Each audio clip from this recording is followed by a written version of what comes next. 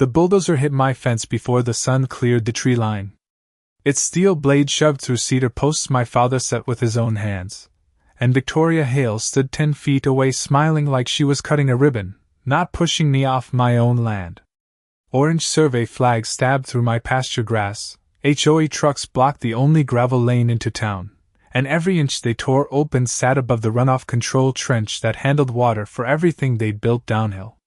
Then the blade scraped deeper, through a burst of sparks, and the operator froze. That was the first sign they were already in over their heads. The smell of diesel and hot asphalt rolled across the field so thick I could taste it. Splinters snapped under the tracks. Dirt clattered against the machine housing. My gate hung crooked on one hinge, swaying in the morning wind like it had been punched.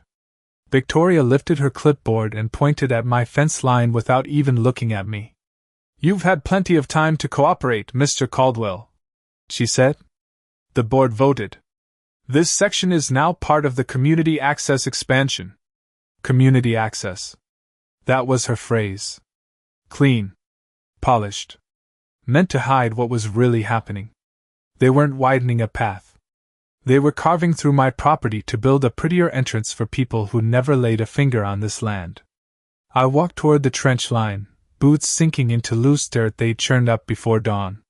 The cold morning air carried the hiss of hydraulic pressure and the sharp sting of fresh cut wood. One of the workers kept his eyes down. Another studied the machine like he wanted no part of this. Victoria didn't care. She was dressed for a photo op cream blazer. White SUV. Sunglasses catching the sunrise. She had that same sweet, controlled voice people use when they think paperwork makes theft respectable. "Move your truck," she said. "You're obstructing a permitted project." I looked at the trench again. Too shallow in one spot. Too exposed in another. They'd already clipped one marker cap and crushed 2 concrete sleeves that should never have been touched. I'm Ethan Caldwell. 35. Civil engineer. I design drainage systems, retaining walls, and access roads for a living. I know what buried control infrastructure looks like when amateurs get greedy around it. And Victoria's crew was half an hour away from turning this stunt into a county-sized headache. She stepped closer, heels sinking into my dirt, and handed me a packet clipped with an HOA letterhead cover sheet. The paper smelled fresh off the printer. There was already mud on the bottom edge. She must have brought it out here just to make this feel official. "You were notified," she said. "If you continue resisting, the board will pursue removal." "Removal." She said it softly, like she was talking about brush. Behind her, the operator restarted the blade. It dropped lower this time. Metal bit gravel. Sparks snapped again.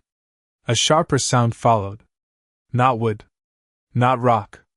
Something enclosed. Something load-bearing. The operator jerked back and killed the engine. Silence rolled across the field so fast it felt like pressure in my ears. Even the birds shut up. One of the workers jumped down from the cab and stared into the cut with his mouth open. Victoria spun toward him. "Keep going," she snapped. "Do not stop this project for a pipe." Pipe. That told me everything. She had no idea what she was standing on. No idea what that trench fed. No idea how far the consequences would travel once this got reported the right way. I folded her packet once. Then twice. Tucked it into my back pocket, and stepped away from the machine. I wasn't going to shout. I wasn't going to argue. Not while she was still making mistakes this expensive.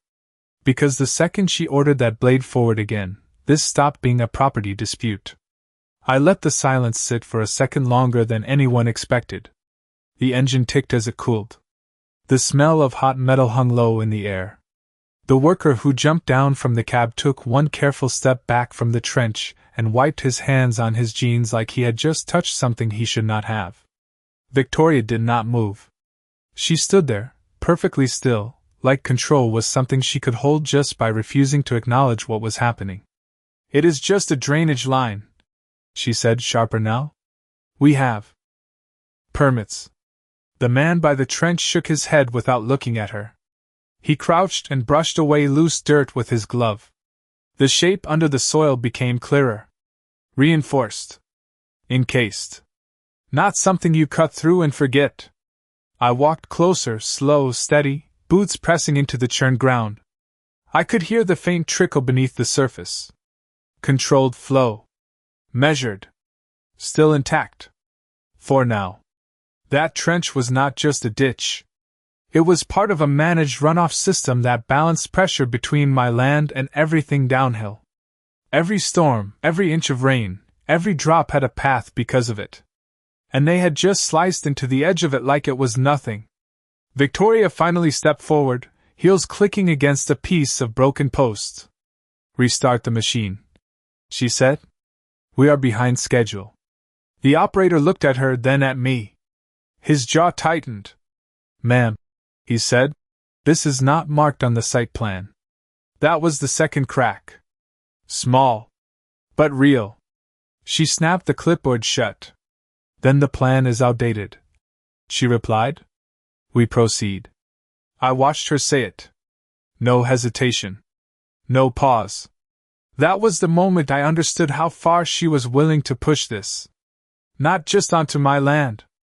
Into something she did not control. I reached into my pocket and pulled out my phone. Not to call anyone. Not yet. I opened a photo instead. A survey image I took months ago. Same line. Same trench. Same markers. All still in place back then. I held it up just enough for the operator to see. His eyes flicked from the screen to the ground and back again. He stood up slowly. "This line runs somewhere," he said under his breath. I nodded once. That was all he needed. Victoria saw the exchange and stepped between us. "We are not stopping," she said, voice tight now. "This land is part of a community improvement project approved by the board." Board. That word again. Like it could override everything beneath their feet. Behind her, one of the trucks shifted position, tires crunching over gravel that used to mark my boundary line. Another crew member dragged a section of fencing aside like it was scrap. No one asked me anything. No one needed to. They had already decided I did not matter here. That was fine. I had seen that before. People with authority on paper thinking they owned reality.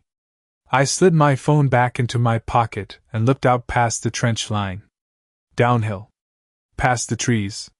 Past the rise where the new houses sat in perfect rows, all clean lines and fresh paint. All depending on systems they had never seen. Systems they had just started to damage.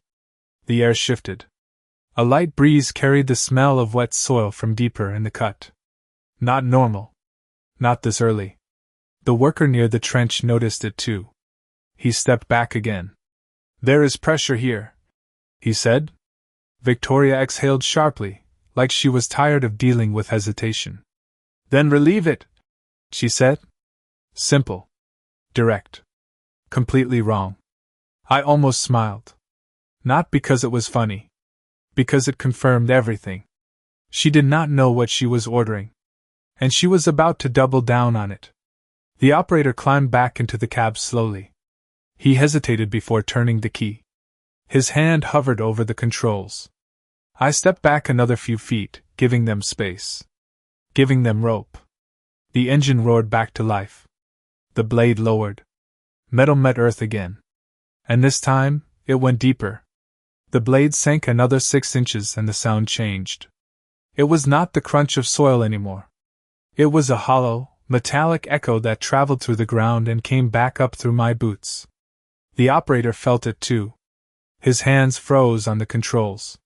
The engine idled, loud and uneven, like it did not belong there anymore. A thin line of dark water pushed up through the cut, slow at first, then steady. Not a leak. Not random. Controlled pressure finding a weak point. The worker near the trench backed up fast this time. "That is not normal," he said. Victoria did not step back. She leaned forward instead, squinting at the ground like she could outstare the problem. "It is groundwater," she said. "Keep going." The operator looked at her again. Longer this time. Then he looked at me. I did not say a word. I just held his gaze. That was enough. He pulled the lever back and lifted the blade. The engine dropped to a low rumble. Silence crept back in around it. Victoria's jaw tightened. You are delaying a permitted project, she said, her voice sharper now, thinner. The man climbed down from the cab again, slower this time. He walked to the edge of the trench and crouched low, brushing dirt away with both hands now. The water line widened. It traced along the exposed edge of the encased structure like it had a path that was supposed to follow. Because it did. He tapped the surface with his knuckle. Solid. Reinforced. Purpose-built. This is part of a system, he said. Not to her. To himself. I stepped closer and stopped just at the edge of the disturbed ground. The smell changed again. Wet earth mixed with something older. Concrete. Clay. Time. This line had been sitting here for decades doing its job without anyone noticing. That was the point. Systems like this only matter when someone breaks them. Victoria finally took a step closer. Her heels sank slightly into the soft soil, and she caught herself on the side of the machine. For a second, she looked less certain. Then the expression snapped back into place. We have approvals, she said. Whatever that is, it can be rerouted. Rerouted. Like it was a garden hose. Like it did not connect to anything beyond her clipboard. I let out a slow breath and looked past her again. Downhill. I could almost map it in my head. The slope. The runoff channels. The retention points. All feeding into this controlled line before releasing further out. If they compromised it here, the balance shifted everywhere else. Not immediately. That was the dangerous part. It would look fine. Until it was not. The worker stood up and wiped his hands again. We need to stop and call this in, he said. That was the third crack. Bigger this time. Victoria turned on him. You are here to execute a plan, she said. Not question it. Her voice carried now. It cut through the air sharper than the machine ever could. The other crew members went still. No one spoke. No one moved. Even the engine seemed quieter. I could feel the tension stretch across the site like a wire pulled too tight. I reached down and picked up a broken piece of cedar from the fence. Ran my thumb along the split grain. My father set these posts in straight lines. Measured, anchored. Everything here had a purpose. Including what was buried under it. I dropped the wood and stepped back again. Not far. Just enough. The operator climbed back into the cab without looking at Victoria this time. He sat there for a moment, staring straight ahead. Then he placed both hands on the controls. He was making a choice now. Not about the job. About responsibility. The engine revved. The blade lowered again, slower, more careful. But it was still coming down. Victoria exhaled like she had won something. She turned toward me with that same polished smile, like control had returned to her side of the line. This is happening, she said quietly. I nodded once. Not in agreement. In acknowledgement. Because she was right about one thing. This was happening. And the moment that blade touched that line again, it was going to set off something she could not contain. The blade touched the line again, and this time the ground answered immediately. A sharp hiss cut through the engine noise. Not loud. But wrong. The operator jerked his hands back as a narrow stream of water forced its way up along the edge of the cut, clearer now, faster. It did not spray. It pushed. Steady. Controlled pressure losing its boundary. The man in the cab killed the throttle again. Silence dropped hard across the site. You could hear the water moving under the soil now. Not just at the surface. Deeper. Wider. Victoria took one step back this time. Just one. Then she caught herself and straightened. It is a minor breach, she said, but her voice had changed. Tighter. Faster. She turned toward the crew. Seal it. Pack it. We are not shutting down for this. The worker near the trench shook his head again. Ma'am, this is not something you patch with dirt. He pointed into the cut. That line feeds somewhere. I watched her process that. Not the words. The tone. The loss of control behind it. Her grip on the clipboard tightened until the paper edges bent. Then we isolate it, she said. We redirect flow. Redirect. Again. Like she could move an entire system with a sentence. I stepped closer to the trench and crouched low. The water line had widened another inch. The soil around it softened, collapsing inward in slow, uneven shifts. The exposed casing was holding, but the surrounding ground was not. That was the real problem. Not the structure. The support around it. I reached out and pressed 2 fingers into the edge of the cut. The dirt gave easily. Too easily. Saturation was already spreading. I stood up and looked toward the slope again. The houses sat quiet in the distance. Clean roofs. Fresh driveways. Sprinklers not even on yet. Everything looked normal from up there. That was the illusion. The system worked best when no one noticed it. Until someone cut into it without understanding what held it together. Behind me, the crew started moving again, slower now. One man grabbed a shovel. Another dragged a pile of loose soil toward the trench. They worked without speaking, like they were trying to fix something they could not quite see. Victoria stood just off to the side, watching, her posture rigid. She was not giving orders anymore. She was waiting for the problem to disappear. It did not. The water kept pushing. Not violently. Just enough. Enough to keep the soil from settling. Enough to keep the line exposed. I could feel the timing shift. This was no longer about stopping damage. That part had already happened. This was about what came next. The operator climbed down again and walked over to me, keeping his voice low. How far does this run? He asked. I did not answer directly. I looked at the trench, then at the slope, then back at him. Far enough, I said. He nodded once. That was all he needed. He stepped back, wiped his hands, and did not touch the controls again. That was the 4th crack. The biggest one yet. Victoria saw it. She turned sharply toward him. Get back in that machine, she said. No response. He just shook his head. I am not cutting that any deeper. The words hung there. Flat. Final. For a second, no one moved. Then Victoria turned to me. Her smile was gone now. You are interfering with a permitted operation, she said. The calm was back in her voice, but it felt forced. Structured. Like she was reading from something internal that told her how to stay in control. I did not move. I did not speak. I just watched her. The wind shifted again, carrying a cooler scent from the trench. More water now. The line was stabilizing itself as best it could, but the damage was done.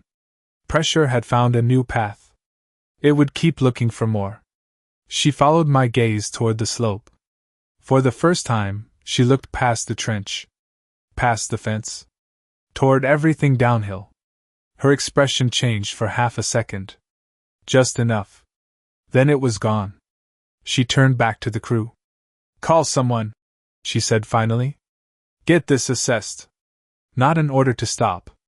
Not an admission. Just a delay.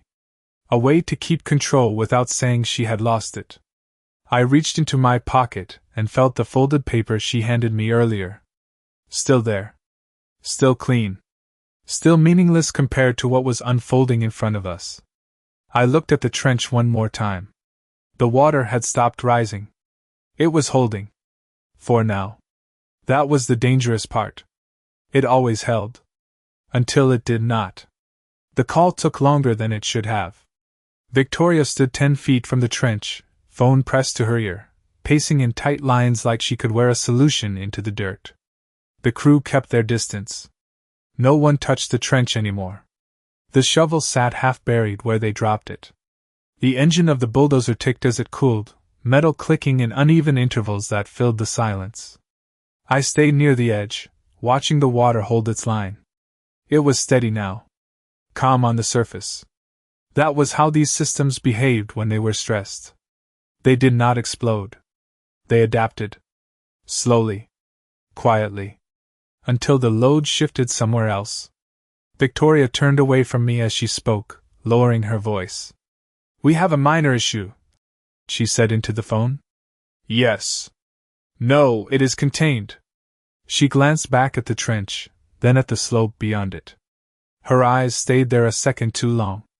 "Send someone out," she added. "Now." She ended the call and slid the phone into her pocket like nothing had changed. Then she looked at me again, and the smile came back. Not as smooth this time. "An engineer is on the way," she said. "We will have this resolved shortly." I nodded once. That was expected. Someone would show up with a tablet, a set of plans, and a calm voice meant to reassure everyone that nothing serious had happened. That was the next layer. Documentation catching up to reality. But reality had already moved ahead. A light vibration traveled through the ground under my boots. Subtle. Easy to miss if you were not paying attention. I looked down at the trench. The water line had not risen. But the soil along the edge had sunk another half-inch. Not collapsing. Settling. Adjusting to pressure it was never meant to carry. One of the workers noticed it too. He nudged the man next to him and pointed. They both stepped back another pace. No one said anything. They did not need to. The ground was saying enough. Victoria followed their gaze and stiffened. "Do not step back," she said quickly. "There is no hazard." Her voice carried again, sharper now, like she needed them to believe it so she could believe it too.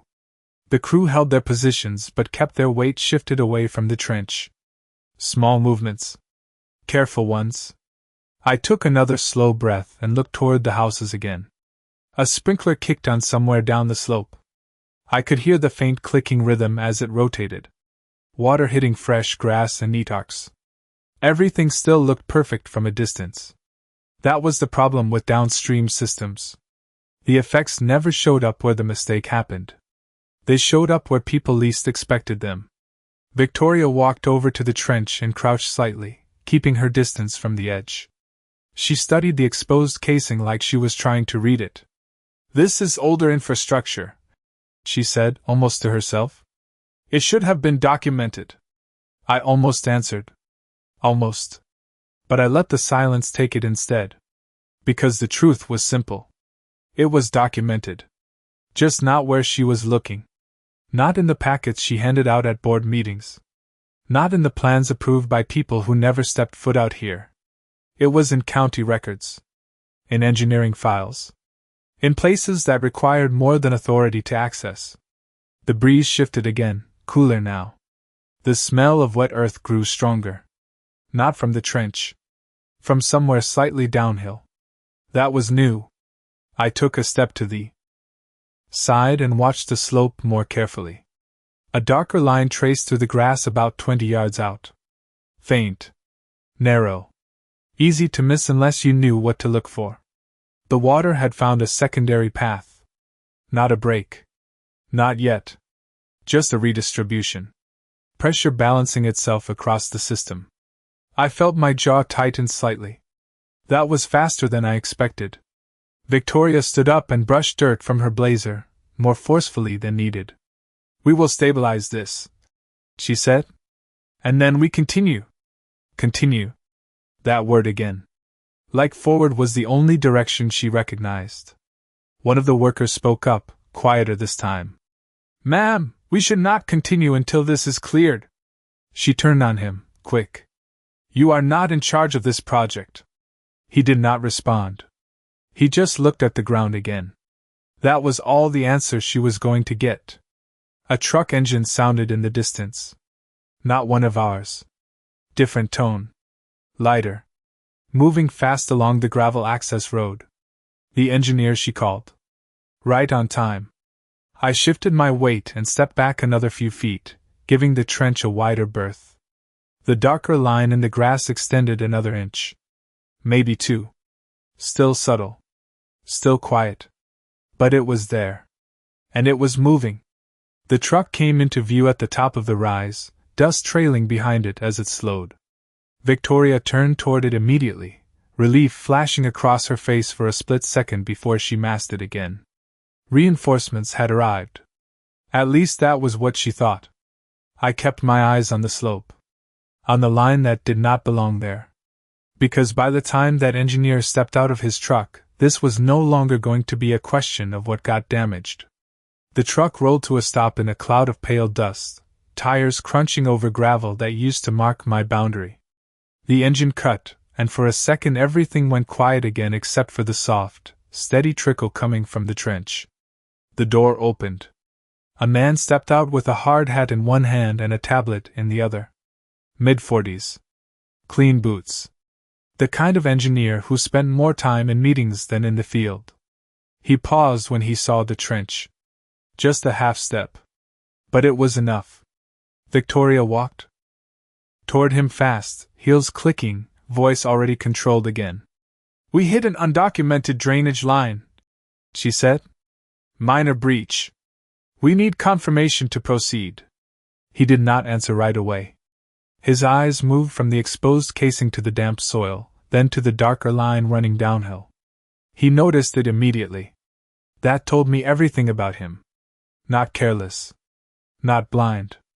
Just late to the scene. He crouched near the trench without touching it. "Who cut this?" he asked. The operator raised a hand slowly. No one else moved. The engineer nodded once, then tapped his tablet awake. The glow reflected faintly on his face as he pulled up plans, layers, boundaries that did not match what was in front of him. He zoomed in. Panned. Stopped. His brow tightened. "This line is not on your submission set," he said, still looking at the screen. Victoria folded her arms. "Then it was never recorded properly," she replied. He looked up at her. Straight this time. "Or you did not pull the right records." That was the fifth crack. Quiet. Precise. Victoria did not respond. She just held his gaze a second too long, then turned slightly as if the conversation had already moved past that point. "Can we proceed?" she asked. Simple question.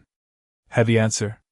The engineer stood up and walked 2 steps along the trench, following the exposed edge. He stopped where the soil had sunk the most. He pressed the ground lightly with his boot. It gave under pressure. He stepped back immediately. "No," he said. Flat. No room for interpretation. A light breeze moved across the field, carrying the damp, earthy smell farther now. Stronger. The darker line in the grass had extended another few feet. Still thin. Still quiet. But moving. The engineer saw it. His eyes tracked it downhill, then came back to the trench. "You have redistribution happening," he said. "Pressure is shifting through secondary paths." Victoria exhaled through her nose. "Then we stabilize here and continue once it is contained." He shook his head once. "That is not how this works." He turned his tablet toward her, showing a blank section where the line should have been. "If this is part of a larger runoff system, and it looks like it is, then any interference here affects everything connected to it." He glanced toward the houses. "Not long. Just enough." That was the first time anyone besides me said it out loud without saying it directly. Victoria followed his gaze again. Her jaw tightened. "We cannot halt the entire project over one line," she said. Her voice was controlled, but the edges were starting to fray. The engineer did not argue. He just looked back at the trench, then at the workers, then at the machine. "You already halted it," he said quietly. Silence settled again. He stepped back and tapped something on his tablet. "I am logging this as an active interference with unknown infrastructure," he added. "Work stops until this is identified and assessed." The words landed heavier than anything else that morning. Official. Recorded. Not something that could be brushed aside with a meeting note or a revised plan. Victoria's posture stiffened. "You do not have the authority to shut this down," she said. He met her eyes. "Calm. I have the responsibility to flag it." Another crack. This one did not sound like it would close. Behind them, the crew shifted again, more openly now. One man walked back toward the truck. Another leaned on his shovel and stared at the ground like he was waiting for it to move again. I kept my focus on the slope. The darker line had split into two faint paths now, branching slightly as the water searched for balance. Still no visible pooling. No obvious damage. Just subtle changes that would not mean anything to someone who did not know what to look for. The engineer followed my line of sight and paused. "How long has that been there?" he asked. I did not answer right away. I let him watch it for a second. Let him see it extend another inch. Then I said, "Long enough." He nodded slowly, like the timing mattered more than the exact number. Victoria turned between us, frustration breaking through her control for the first time. "What does that even mean?" she demanded. No one answered her. Not the engineer. Not the crew. Not me. Because the answer was already moving downhill, one quiet inch at a time. And it was not going to wait for anyone to catch up. The engineer stayed quiet for a long second, eyes locked on the thin lines cutting through the grass. The breeze carried a faint shimmer across the surface, barely visible unless you knew what to watch. He stepped forward, slow, deliberate, and followed the path a few yards downhill. Each step he took made the pattern clearer. Not random. Not surface runoff. Structured flow looking for a new balance. "This is spreading," he said under his breath. Not to anyone in particular. Just stating what was already happening. Victoria walked after him, faster this time, heels pressing deeper into the soft ground. "It is contained," she said again, but the words landed flat now. Even she did not believe them the same way. The engineer crouched and ran his hand just above the grass without touching it, feeling the temperature shift in the air. Cooler along the line. That was enough for him. He stood up and turned back toward the trench. "You did not just breach a line," he said. "You disrupted distribution." The word hung there heavier than anything before. Distribution meant network. Network meant reach.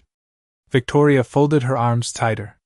"Then we isolate the section," she said. Same answer. Same tone. But it sounded smaller now. The engineer shook his head once. "You cannot isolate what you do not understand." That was the sixth crack. Clean. Final. Behind them, one of the workers pulled out his phone and started recording the trench without saying a word. Another walked toward the truck and opened the side compartment, not to fix anything, just to have something to do with his hands. The site had shifted. No one was waiting for instructions anymore. They were watching for consequences. I stayed where I was, just above the trench, tracking both the exposed line and the movement downhill. The two faint paths had started to merge again, converging into a slightly darker strip about 3 feet wide now. Still shallow. Still quiet. But more defined. The engineer saw it too. "It is finding a lower path," he said. "Which means pressure is still moving." Victoria turned sharply. "Then we stop the flow," she said. "We shut it off upstream." I looked at her for the first time in a few minutes. Really looked. That was the first suggestion that made sense on the surface. Logical. Direct. Completely impossible from where she stood. The engineer did not answer right away. He studied the trench again, then the slope, then the sky for a second like he was running through variables. "If there is upstream control," he said slowly, "it is not here."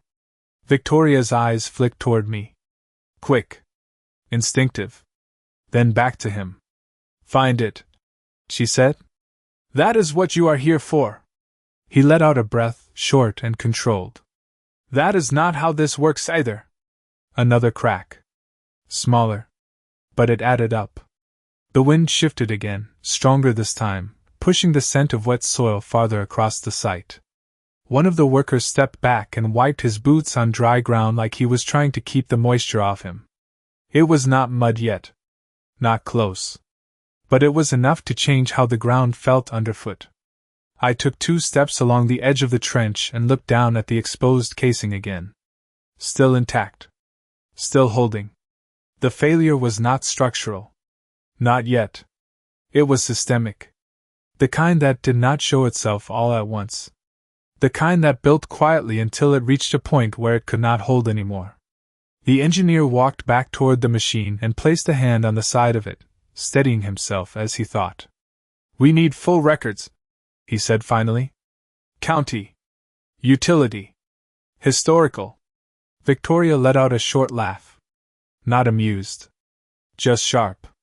"We do not have time for that." He looked at her again. "Then you do not have control over this." That landed harder than anything else. Not loud. Not dramatic. Just true. She did not respond. Not right away. She turned away from him and looked down the slope again. The darker strip had extended another few feet, curving slightly now as it followed the natural grade. Subtle. But undeniable. For a second, her shoulders dropped. Just a fraction. Then she straightened again. "We will manage it," she said. Quiet. Firm.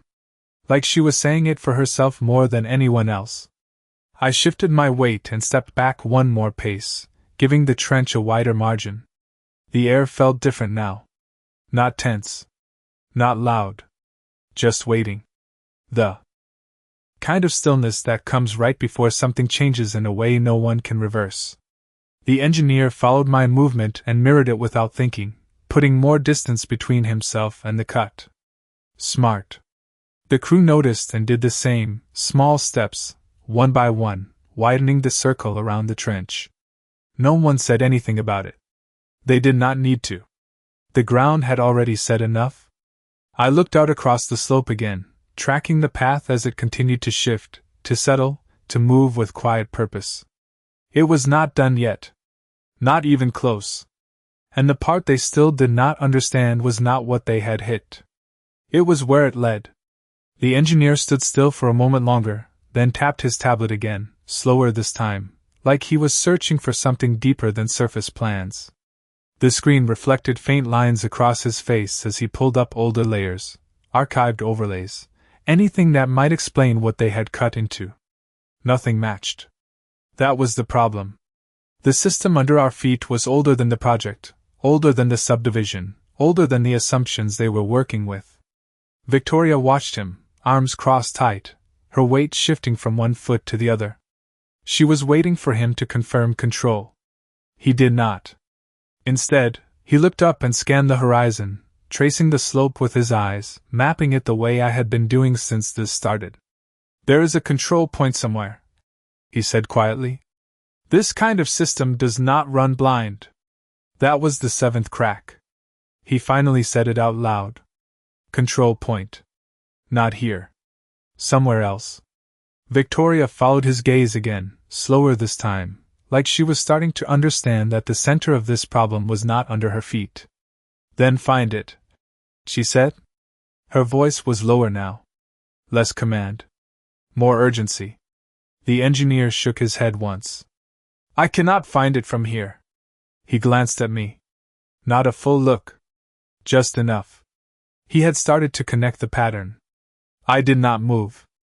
I let him reach the conclusion on his own. The darker strip downhill shifted again, widening slightly as it curved around a small rise in the land.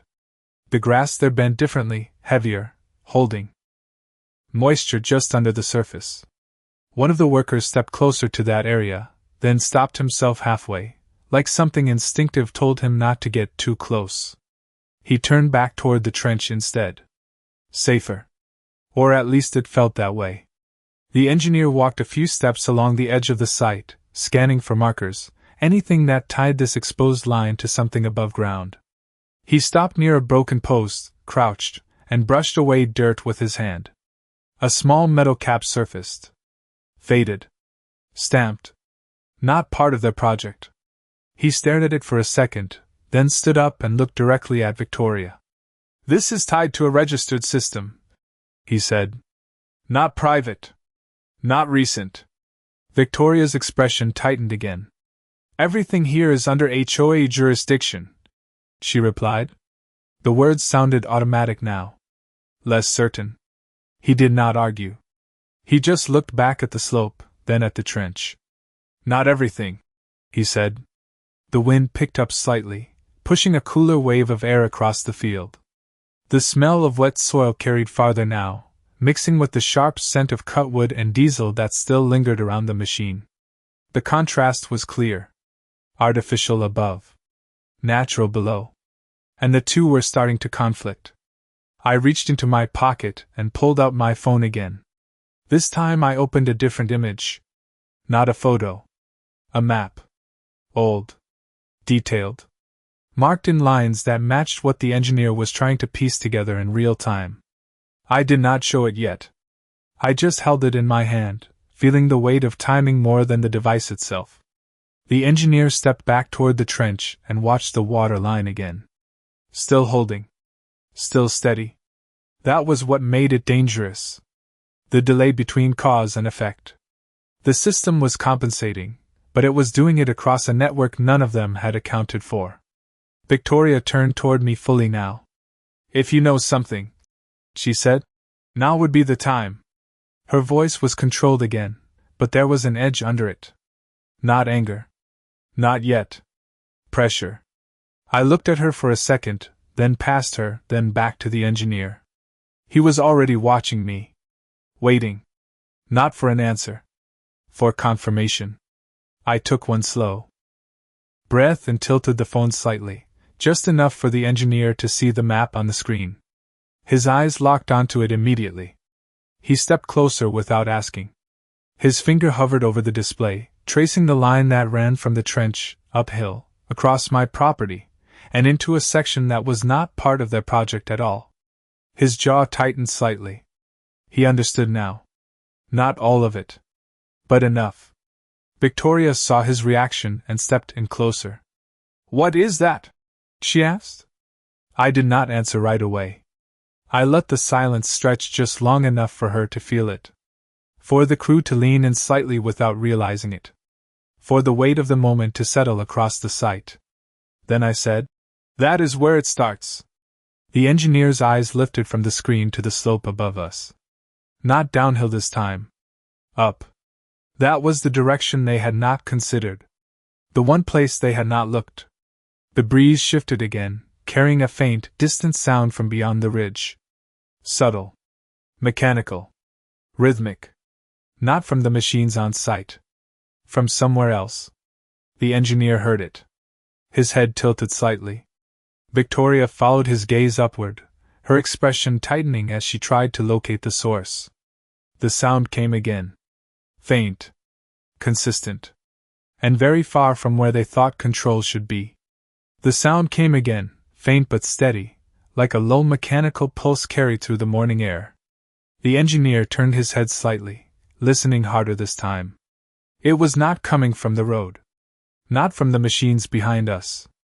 It was coming from above the ridge, beyond the tree line, somewhere they had not even considered part of this site. Victoria took a step uphill without realizing it, her heels catching in the uneven ground. What is that? She asked, quieter now. No one answered her. I watched the engineer instead. He was already connecting it. His eyes moved from the ridge back to the map on my phone, then down to the trench, then across the slope where the darker line continued to shift. He traced the path again, slower this time. Upstream. Not down. That was the part they missed. How far does it run? He asked me, voice low, controlled. I did not answer with a number. I looked past him, past Victoria, past the broken fence and the stalled machine, and fixed my eyes on the ridge. Far enough that you cannot stop it from here, I said. The wind carried the sound again, slightly clearer now. A rhythmic metal-on-metal hum. Not loud. Not aggressive. Just constant. The kind of sound a system makes when it has been doing the same job for a very long time. The engineer straightened slowly. That is a control mechanism, he said. Not a guess. A realization. Victoria turned sharply toward him. Then we shut it down, she said immediately. We send someone up there. The words came fast, like she finally saw a way to regain control. The engineer did not move. "You do not even know who owns it," he said. Another crack. This one shifted the ground under the conversation itself. Ownership. Not assumed. Not declared. Proven. Victoria's expression hardened. "This is part of our development zone," she said. "Everything within this boundary is under HOA authority." The engineer did not argue. He just looked at the ridge again, then back at her. "That sound is not coming from anything your board approved," he said. Silence followed that. Not the same kind as before. This one settled deeper. The crew felt it too. One of them took a few steps back toward the truck, creating more distance between himself and the trench. Another turned his body slightly uphill, like he was waiting for something to come into view. The darker strip in the grass shifted again, widening by another inch as it followed the slope toward the houses. Still subtle. Still controlled. But it was moving with more confidence now, like the system had found its new balance point. I glanced down at the trench. The water line held steady. No overflow. No surge. Just constant pressure feeding into a network they had just disrupted without understanding the path it followed. The engineer stepped closer to me, just enough to lower his voice without making it obvious. "If that control point is active," he said, "then someone is managing flow." I nodded once. That was all he needed. His eyes flicked back to the ridge again. The sound continued. Unchanged. Unbothered by what had happened below. Victoria saw the exchange and stepped closer, her voice sharper now. "What are you not saying?" she asked. I let the question sit for a second. Not to stall. To make sure it landed exactly where it needed to. Then I turned my head slightly toward the ridge, not fully, just enough to guide her attention without handing her the answer. "You are not dealing with something that reacts," I said. "You are dealing with something that is already set." The engineer exhaled slowly. He understood that part immediately. Systems like this were not turned on and off on demand. They were calibrated. Timed. Balanced over years, sometimes decades. And when they were disrupted, they did not wait for permission to respond. They adjusted on their own. Victoria followed my gaze again, longer this time. The sound reached us once more, clearer now as the wind shifted in our favor. A steady cycle. A controlled release. Her shoulders stiffened. "We need to get up there," she said. Urgency replaced control completely now. The engineer did not move. "By the time you get there," he said quietly, "it will already be responding." That landed harder than anything else. Not loud. Not dramatic. Just unavoidable. The crew exchanged looks. No one moved toward the machines. No one moved toward the trench. The entire site had shifted into something else. Not a job. Not a project. A situation. I looked up the ridge one more time, tracking the direction of the sound, the line of the map in my hand, and the subtle movement across the slope below. Everything connected. Everything already in motion. And none of it waiting for them to catch up. Victoria took another step uphill, then stopped. Just for a second. Long enough to realize she was not leading this anymore. The sound carried again, steady and distant, like it had been running long before they arrived and would keep running long after they were gone. Victoria started walking uphill again, faster this time, like movement alone could close the gap between her and whatever control she thought she could reach. The engineer did not follow right away. He stayed where he was, watching the trench, the slope, the line, like he was measuring time instead of distance. The sound from the ridge continued. Steady. Unchanged. It did not react to urgency. It did not speed up. It did not slow down. That was the part she still did not understand. I took a few steps along the edge of the disturbed ground, keeping my eyes on the darker strip cutting through the grass. It had widened again. Not dramatically. Just enough to change the way the light caught it. A faint sheen now. Moisture closer to the surface. One of the workers noticed and shifted his stance, boots pressing into firmer ground as he moved away from the softening area. No one needed instructions anymore. The sight was teaching them how to respond. Victoria stopped halfway up the slope and turned back, frustration breaking through her voice. "Are you coming?" she called to the engineer. He shook his head once. "It is already moving," he said. "Going up there does not stop what is happening down here." That was the 8th crack. Not loud. Not dramatic. But it cut through the last piece of control she thought she had.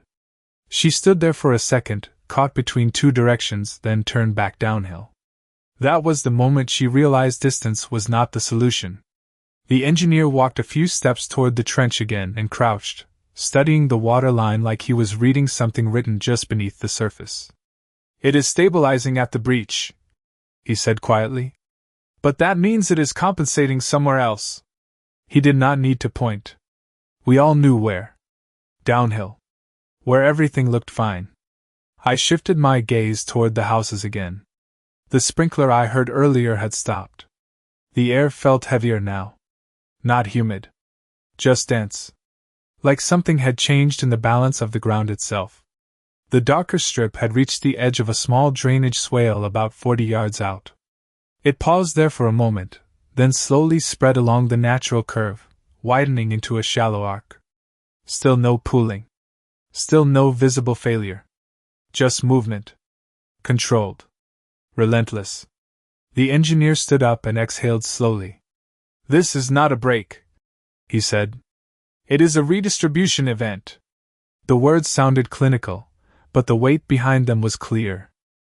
Redistribution meant the system was rewriting itself in real time. Victoria walked back toward us, her pace slower now, her eyes fixed on the slope. "Then we stop it here," she said again, pointing toward the trench like it was the source. The engineer shook his head. "It is not here anymore." That landed harder than anything else. The origin of the problem was no longer the center of it. That shift was the part most people never saw until it was too late.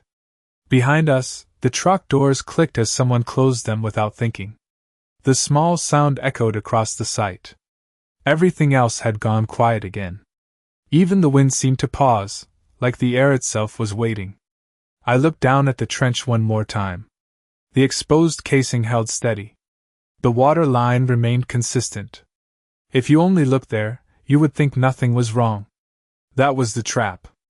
The engineer followed my line of sight and nodded slightly, like he was seeing the same thing. "Surface looks stable," he said. "System is not." Victoria turned toward him sharply. "Then what do we do?" she asked. No authority left in the question. Just urgency. He did not answer right away. He looked at the slope, then at the ridge, then back at me. Not for permission. For confirmation. I held his gaze for a second, then gave the smallest nod. That was enough. He turned back to Victoria. "You stop treating this like a construction issue," he said, "and start treating it like a system you do not control." The words hung in the air, heavier than anything else said that morning. Victoria did not respond. She just stared at the ground, following the line as it curved through the grass, wider now, more defined, no longer something you could miss if you tried. The sound from the ridge continued. Steady. Indifferent. A distant reminder that whatever was controlling this had not changed at all. I slipped my phone back into my pocket and took one slow step back from the trench, giving the ground more space. The engineer mirrored the movement again. The crew followed without being told. A wider circle formed around the breach, not out of fear, but out of instinct. The system was still adjusting. Still redistributing. Still moving toward a balance point none of them had planned for. And the part they had not realized yet was that the balance point was not here. The engineer did not move for a few seconds after he said it. The words stayed in the air like they had weight. Victoria looked at him, then at me, then back at the slope again. Her breathing had changed. Shorter now. Faster. Not panic. Not yet. But close enough to feel. The darker strip in the grass had widened again, stretching into the shallow swale and beginning to settle into its natural curve. It looked almost intentional now, like it had always been there. That was how systems rewrote themselves. Quietly. Without asking. One of the workers took a few more steps back, boots scraping over dry gravel. Another leaned against the truck and kept his eyes fixed downhill, like he was waiting for something visible to happen. But nothing visible ever came first. It always started beneath the surface. The engineer stepped beside me and followed my line of sight. "Where does it release?" he asked, voice low. I did not answer right away. I let him watch the slope for a second longer. Let him see how the moisture line curved, how it adjusted, how it found its path without hesitation. Then I said, "Not where you think." He nodded slowly, like that confirmed something he already suspected. Victoria turned sharply. "Enough with that," she said. "We need specifics." Her voice cracked slightly on the last word. The first real break. The engineer looked at her, calm but firm. "Specifics require records," he said. "And time." She shook her head immediately. "We do not have time." He held her gaze. "Then you do not have control." The words landed again, heavier this time because she felt them. Behind us, the faint mechanical rhythm from the ridge continued unchanged, like a clock no one here could stop. I shifted my weight and looked farther downhill. The houses sat still. Clean lines. Quiet windows. No movement. But the land between us and them was changing, inch by inch, redistributing load through paths they never planned for. The darker strip reached the edge of a drainage inlet near the lowest part of the slope. A small, concrete lip. Barely noticeable. Designed to catch overflow in a controlled way. The moisture touched it, paused for a fraction of a second, then began to collect just enough to darken the concrete. That was new. Subtle. But real. The engineer saw it immediately. His posture shifted. "There," he said quietly. Victoria followed his gaze. For a moment, she did not understand what she was looking at. Then she did. "It is just water," she said. But the confidence was gone. The engineer shook his head slowly. "It is flow," he corrected. "And it is finding a release point." The difference mattered. Water could be ignored. Flow meant movement. Direction. System behavior. I took a slow breath and let it out. The air felt heavier now, like the entire slope was holding tension. The inlet darkened another shade as more moisture reached it, not flooding, not spilling, just enough to show a change in balance. The engineer stepped back slightly, creating more distance between himself and the trench, then glanced uphill again toward the ridge. The sound continued. Steady. Controlled. Completely unaffected by what was happening below. "If upstream is still regulating," he said, "then this will continue to adjust until it finds equilibrium." Victoria turned to him, frustration breaking through again. "Then we shut upstream down," she said. Same answer. Same instinct. He did not respond right away. He looked at me instead. This time longer. Direct. Not asking. Confirming.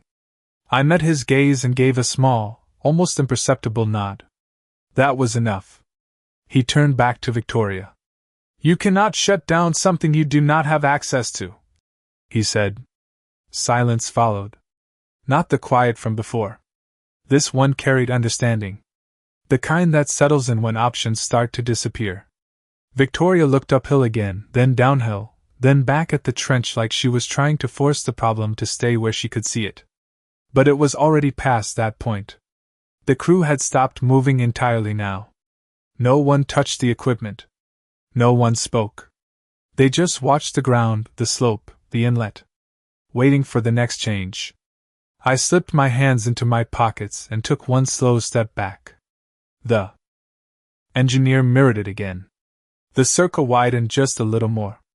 The darker line reached the inlet fully now, feeding into it in a controlled, steady trickle. Still small. Still manageable. But no longer contained to one place. Victoria's voice came out quieter this time. What happens next? She asked. No authority. No control. Just a question. The engineer looked at the inlet, then at the slope above it, then at the ridge where the sound continued. It keeps moving, he said. I watched the water settle into its new path, steady and deliberate, like it had always been meant to go there. Then I looked back at the ridge one more time. Because what they still did not understand was that the system had not even reached its response point yet. The inlet darkened another shade as the trickle became steady, then consistent, then something with direction. Not a spill. Not a surge. A controlled intake adjusting to a new load. The engineer watched it without blinking. He did not need instruments anymore. The ground was giving him everything. It reached a temporary balance point, he said quietly. Victoria stood still beside him, eyes locked on the inlet like it might suddenly change back if she stared hard enough. Temporary? She asked. The word came out softer than anything she had said all morning. He nodded once. Until upstream adjusts. The sound from the ridge came again, clearer now as the air shifted. A rhythmic cycle. Metal moving against metal. Measured release. Not reacting. Responding. That was the difference. I felt it before I saw it. A subtle change in pressure underfoot. Not movement. Not vibration. Just a shift. Like the ground had taken a breath and was about to let it out somewhere else. The engineer felt it too. His posture changed slightly. More alert. More aware. He turned his head uphill again, listening harder this time. It is increasing, he said. Victoria shook her head immediately. No, it sounds the same. He did not argue. He just looked back at the inlet. The flow had not changed in volume. Not yet. But the pattern had. The rhythm of intake was slightly tighter now. Faster cycles. Small. Almost invisible. But real. One of the workers noticed it and stepped back again, boots pressing into gravel like he did not trust the soil anymore. The rest followed without a word. The circle widened again. I stayed where I was, just outside the edge of the trench, tracking the connection between what we could see and what we could not. The darker line uphill shifted again, feeding more cleanly into the path it had established. No hesitation now. No searching. The system had found its route. That was the moment everything changed. Not dramatically. Not visibly. But fundamentally. The engineer took one slow step back from the trench, then another. It is redistributing faster, he said. Upstream is compensating. Victoria turned toward him, frustration flashing again. Then that is good, she said. It means it is stabilizing. He looked at her calm, steady. It means it is correcting. That landed differently. Correction implied deviation. Error. Something that needed to be fixed. But not here. Not by them. The inlet darkened again as the intake cycle tightened. Still controlled. Still clean. But no longer passive. It was part of the response now. I glanced uphill again. The sound carried down more clearly, the rhythm slightly sharper. Still distant. Still out of reach. But active in a way it had not been before. The engineer followed my gaze.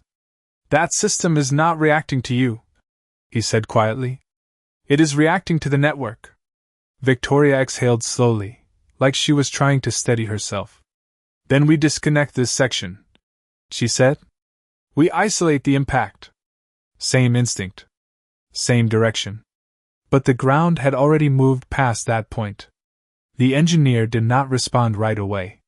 He looked at the trench, then at the inlet, then at the slope between them. The path was clear now. Defined. Functional. Not broken. Just changed. You cannot isolate something that has already rerouted, he said. Another crack. Final in a different way. The crew stood silent now. No shifting. No movement.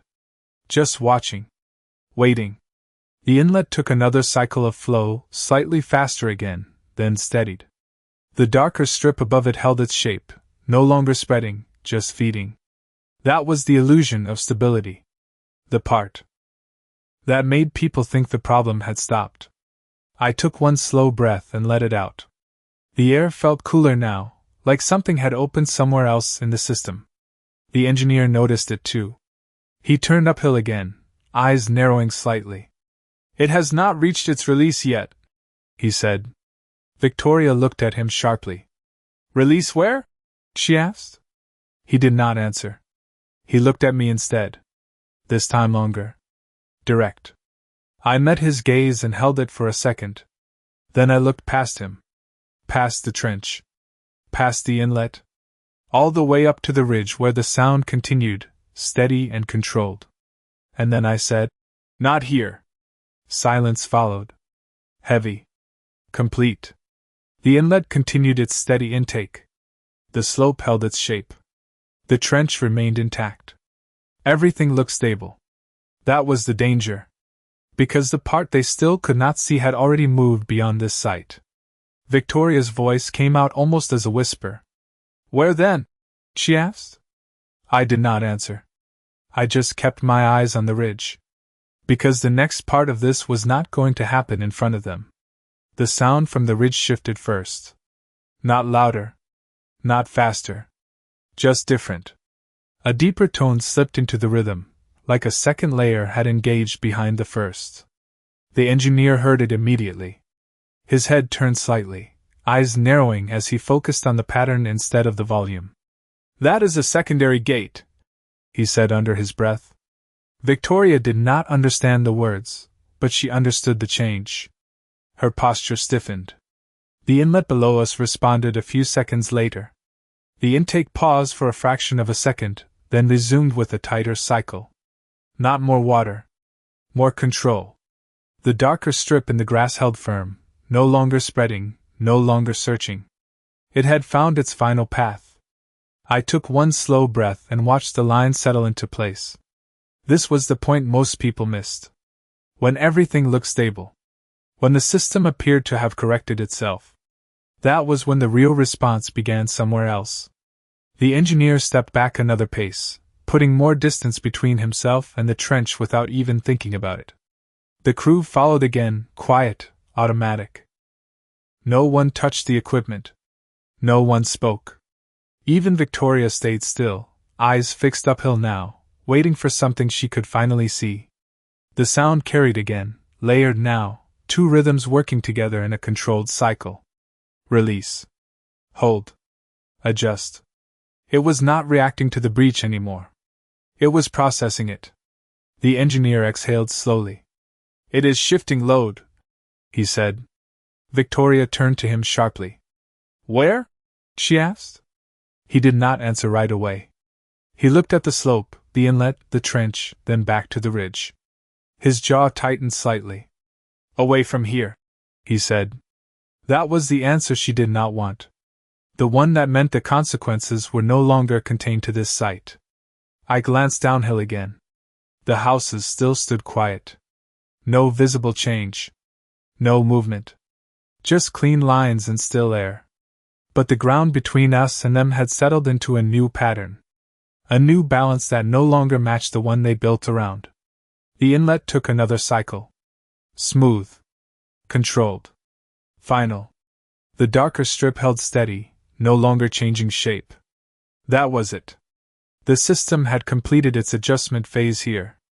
Everything else would happen beyond this point. Victoria took one step forward, then stopped again, like she did not know which direction mattered anymore.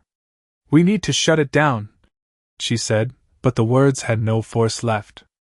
The engineer shook his head once. "It is already past shutdown," he said. "Now it is redistribution." Silence followed. Not tense. Not waiting. Just settled. Like the ground itself had made its decision.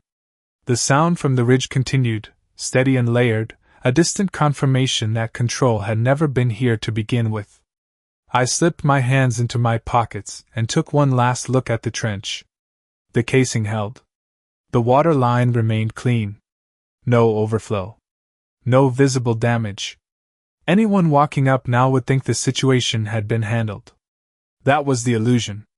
The engineer looked at me one more time, not with questions anymore, but with understanding. He nodded once, small, deliberate. He knew what this meant now. Not just for the site. For everything connected to it. Victoria followed his gaze, then looked back at me.